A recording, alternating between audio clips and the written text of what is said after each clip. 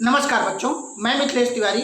आज आप लोगों को कक्षा 8 सामाजिक विज्ञान नवजागरण पाठ के तहत मैं आपको स्वामी दयानंद सरस्वती के बारे में बताऊंगा।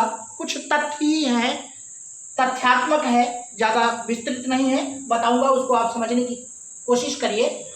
तो स्वामी दयानंद सरस्वती एक समाज सुधारक, एक धार्मिक नेता। इन्होंने आर्य समाज की स्थापना की। आर्य समाज की स्थापना अगर पूछा जाता है किसने की, तो आप बताएंगे स्वामी दयानंद सरस्वती ने आर्य समाज की स्थापना की। बच्चों, अगर पूछा जाए कि कब किया इन्होंने आर्य समाज की स्थापना, तो आप उत्तर देंगे 10 अप्रैल 1875 ईस्वी को इन्होंने आर्य समाज की स्थापना की। अगर पूछा जाता है कि कहाँ किया आर्य समाज की स्थापना, तो आप बताएंगे कि बम्बई में इन्होंने आर्य समाज की स्थापना कर डाली। तो स्वामी दयानंद सरस्वती, क्या इनका यही नाम था? क्या स्वामी दयानंद सरस्वती के नाम से ही पहले जाने जाते थे? नहीं, उनका मूल नाम था मूल शंकर, अर्थात उनके बचपन का नाम था मूल शंकर। एक स्वामी मिले, संपूर्णानंद या पूर्णानंद, स्वामी पूर्णानंद या संपूर्णानंद, उन्होंने मूल शंकर जो स्वामी दयानंद सरस्वती कहलाए बाद में, उन्हीं के द्वारा दिया गया एक नाम था।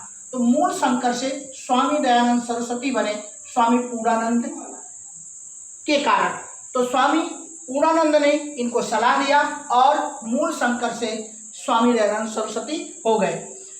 स्वामी दयानंद सरस्वती को भारत का मार्टिन लूथर कहा जाता है। भारत का मार्टिन लूथर इनको कहा जाता है, स्वामी दयानंद सरस्वती को।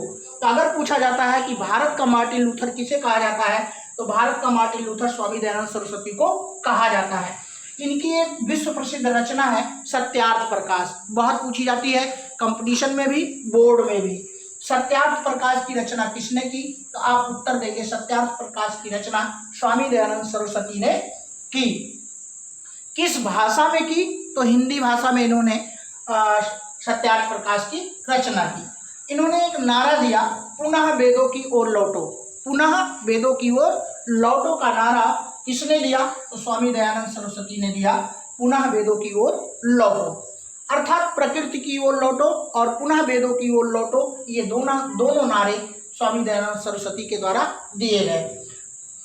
स्वामी दयानंद सरस्वती ने सर्वप्रथम स्वराज्य, स्वदेशी और राष्ट्रभाषा, ध्यान दीजिएगा, ये बड़ा ही मुख्य प्रश्न है कि स्वराज्य, स्वदेशी और राष्ट्रभाषा का सर्वप्रथम प्रयोग किसने किया, तो सबसे पहले स्वामी दयानंद सरस्वती ने स्वराज, स्वदेशी और राष्ट्रभाषा का प्रयोग किया। इन्होंने शुद्धि आंदोलन का समर्थन किया, न कि चलाया। शुद्धि आंदोलन का समर्थन किया स्वामी दयानंद सरस्वती ने।